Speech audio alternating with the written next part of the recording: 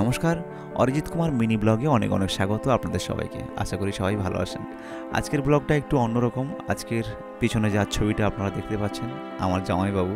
ছোটোবেলা থেকে ওনার কাছে আমরা মানুষ হয়েছি। আজকে উনি আমাদের মধ্যে নেই। জীবনের ফার্স্ট টাইম এখানে এলাম ওনাদের বাড়িতে। তো উনি কী করতেন আমি কখনো জানতামই না। তো না দেখলে আজকে দেখাবো আপনাদের সেই জায়গাগুলো।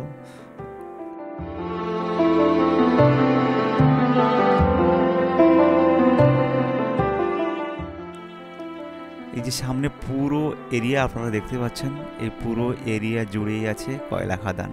নিচ থেকে কয়লা মাটির নিচ থেকে বের করে আপনাদের কাছে পৌঁছে দেওয়া হয়। তো এই কয়লা খাদানেই উনি কাজ করতেন একটা পোস্টে, গেস্ট হাউসে। তো আমরা জানতাম না, এখন এসে জায়গাটা দেখে অবাক হয়ে গেছি। আপনারা একটু দেখুন, এইটা হচ্ছে সেই জায়গা, কয়লা খাদান। অনেক গভীর, অনেক নিচে পর্যন্ত। দূর থেকে ছোট ছোট ঘর, সেই ট্রাকগুলো দেখা যাচ্ছে। আপনারা দেখতে পাচ্ছেন কিনা জানি না, তবে অনেকটাই নিচে।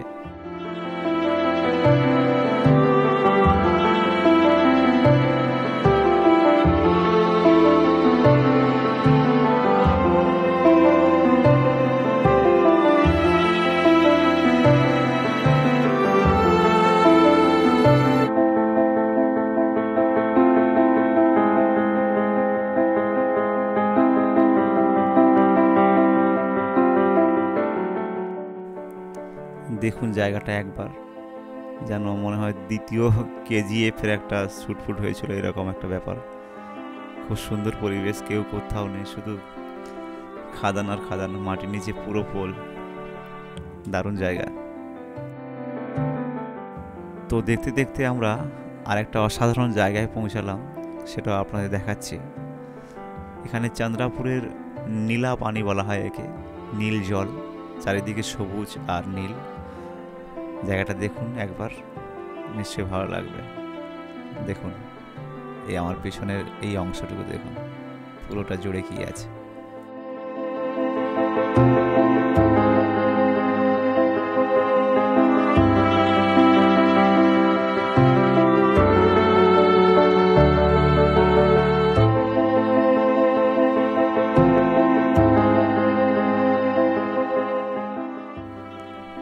নীল আকাশ, নীল জল যেন মিশে গেছে একটা প্রাকৃতিকের মধ্যে। খুব সুন্দর একটা দৃশ্য তৈরি হয়েছে।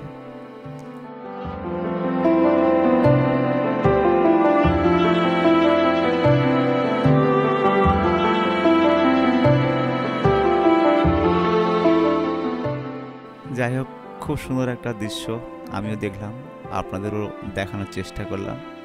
ব্লগটি কেমন হয়েছে অবশ্যই কমেন্ট বক্সে জানাবেন, সেই আশায় থাকলাম।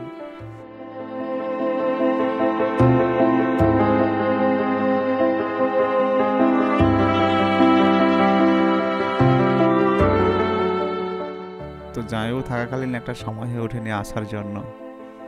এখন উনি নেই, ওনাকে খুব মিস করছি। আপনারা ভালো থাকবেন, সুস্থ থাকবেন। দেখা হবে পরের ব্লগে। আজকের এই পর্যন্তই। নমস্কার।